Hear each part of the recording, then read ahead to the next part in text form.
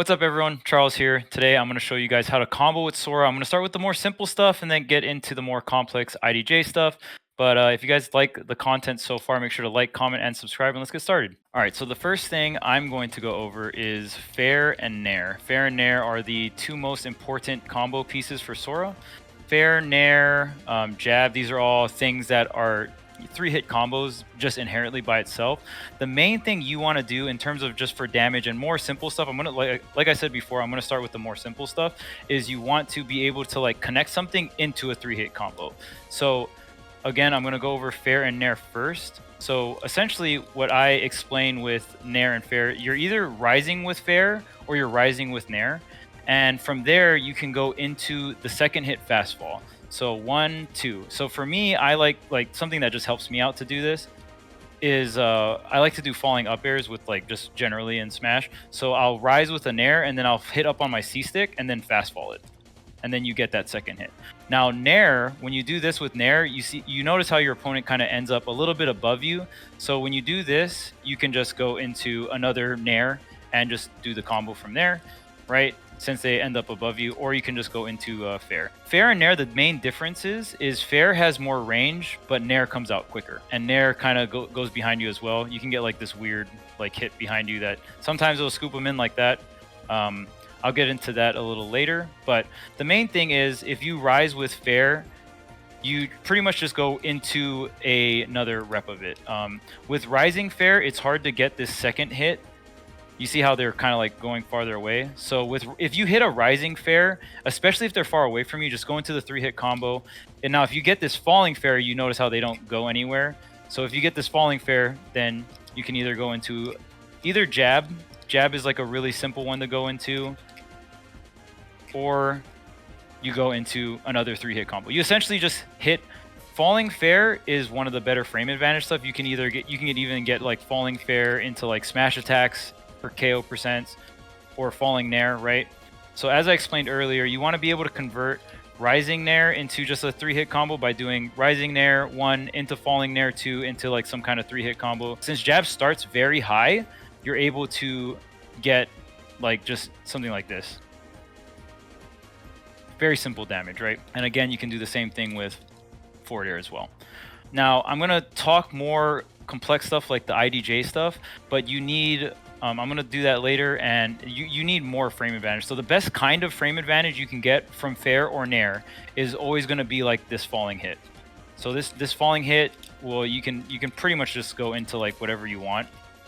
And the way I like to explain it, it's like at the peak of your jump, you start the aerial and then you come down and fast fall it. It's very similar to something like Ike, but you just don't have the range, right? So that Falling Fair 1 and Falling Nair 1 are going to be some of your better like combo starters, and you have like the frame advantage, and that's when you can start going into the IDJ and all that stuff. But before I get into that, there's other combo starters that I would like to go over. Down tilt, pretty standard stuff. You can down tilt into a 3-hit combo. You can get pretty creative and start mixing things up. Now, generally with down tilt, they're gonna get like yoink towards you or like go above you. So down tilt into a 3-hit combo, right? So down tilt, down throw, they're gonna get kind of launched in front of you. Down throw at 0, you can just pretty much go right into the Nair. If they DI, like if they're past 20%, then when you have to start dashing to get the Nair or the Fair, that's when they're going to start air dodging, or they can start air dodging.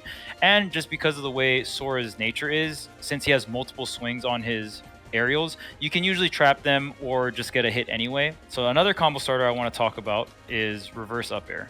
Reverse up air, you get reverse up air and you can pretty much go into anything. As combo finishers, you can, at KO percents, you can go into like, reverse up air into either bear or up B. That's, really solid kill confirm there.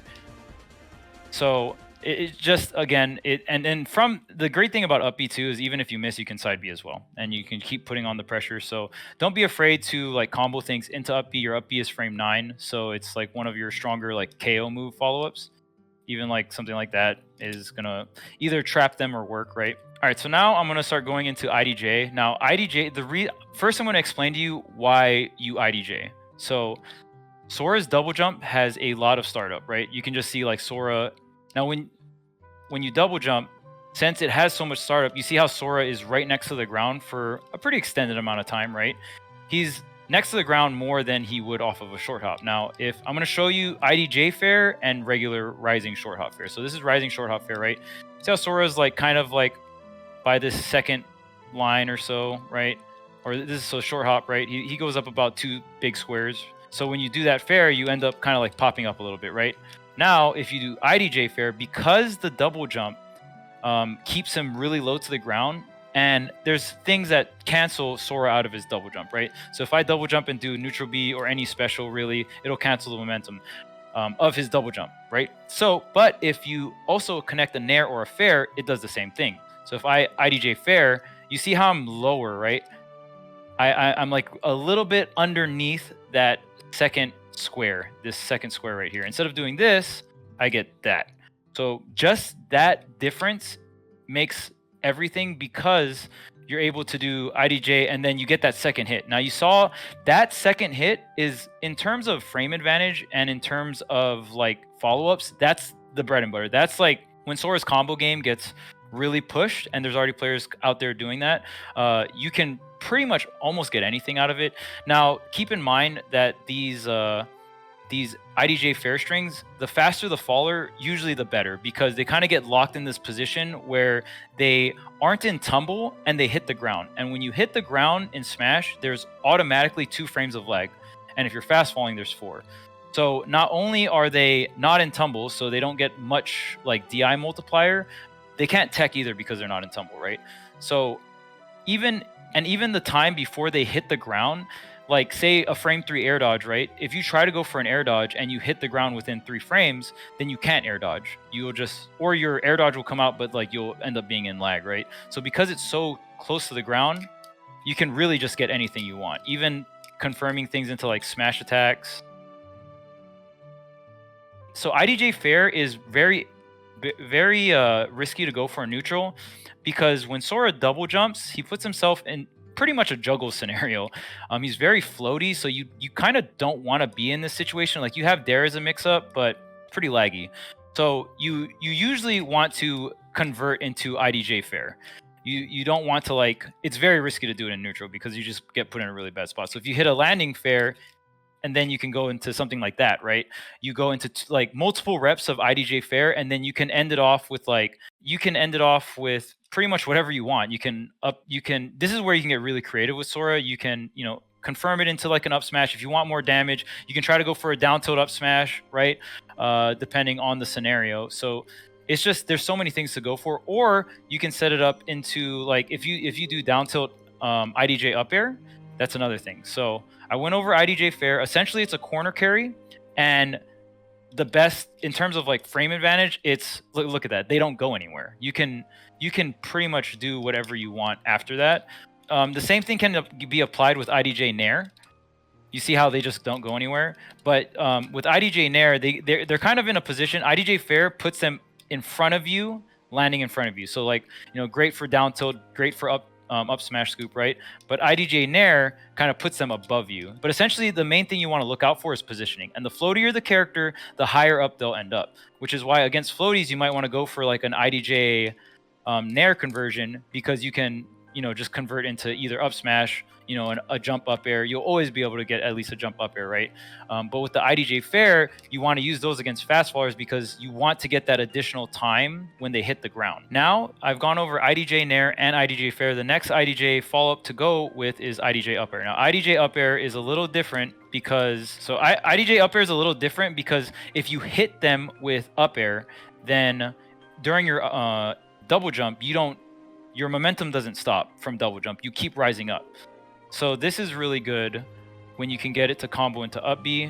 So when you're able to get that set up, it's really, really strong, right? And you can get that set up something like this, right? There's a bunch of ways to connect into it, but essentially what you're abusing is the fact that you're rising up, and then like after the IDJ up air, you end up next to your opponent, and then you can go into the up B. That's like the main concept of IDJ up air. And you can even see IDJ up air, when you do it on the ground, it like hits someone really low. So even connecting into like IDJ fair, that is possible, right? I'm not like super crazy at the Sora combos, but The main thing I'm trying to get to you guys is the concept of the combo. Like, what are your goals? What tools do you use? What are like the best things to have frame advantage wise, and what are your best finishers, right? IDJ up air into up B is going to be like one of your better finishers if you can set that up. But the IDJ nair kind of puts them more in a upward position, right? So that could set up better for the IDJ up air and stuff like that. So that's pretty much all the main things. Some side notes is you can combo like fire. I think that's like the main like combo tool, or like true combo at least for his spells. You can get the freeze if you read like when they're gonna mash out, right? If you read when they're gonna mash up, you can. So this computer doesn't like mash, right? So it takes a while, but if you read that they're gonna mash out earlier, when they're gonna mash, you can combo off of the freeze. But those are the main like combo starters. Kind of like the filler stuff, right? Like the IDJ fair is more of like a filler, where if you have stage, you can go for like a couple reps of them and then finish it off from there. Yeah, that's pretty much it for Sora combos. I know it's a lot to take in. There's a lot of combo starters, there's a lot of things to do in the middle, and there's a lot of different finishers that you can do. But so far, I've been having a lot of fun with this character, even just labbing this character out. There's so many intricate things that you can kind of do with his double jump, and just the fact that Nair and Fair cancel the momentum out of the double jump, and the fact that he has aerials like up air that doesn't cancel it, and you can really get creative, and there's so many things you can do. And in terms of like amount of hit stun IDJ, Fair, and Nair have is absolutely wild in terms of like offensive combo game. So I hope you guys enjoyed the video. I hope you guys found this very helpful. I know I was pretty general with a lot of stuff, but the main thing, I don't want to just give you guys combos where it's just like, oh yeah, do X combo, because the main thing you want to, if you want to have a really good combo game, you want to understand the starters, the fillers, the finishers, and be able to kind of mesh all of those together while calculating like floatiness and fast fall. If you guys like the content, make sure to like, comment, and subscribe, and I'll see you guys in the next video.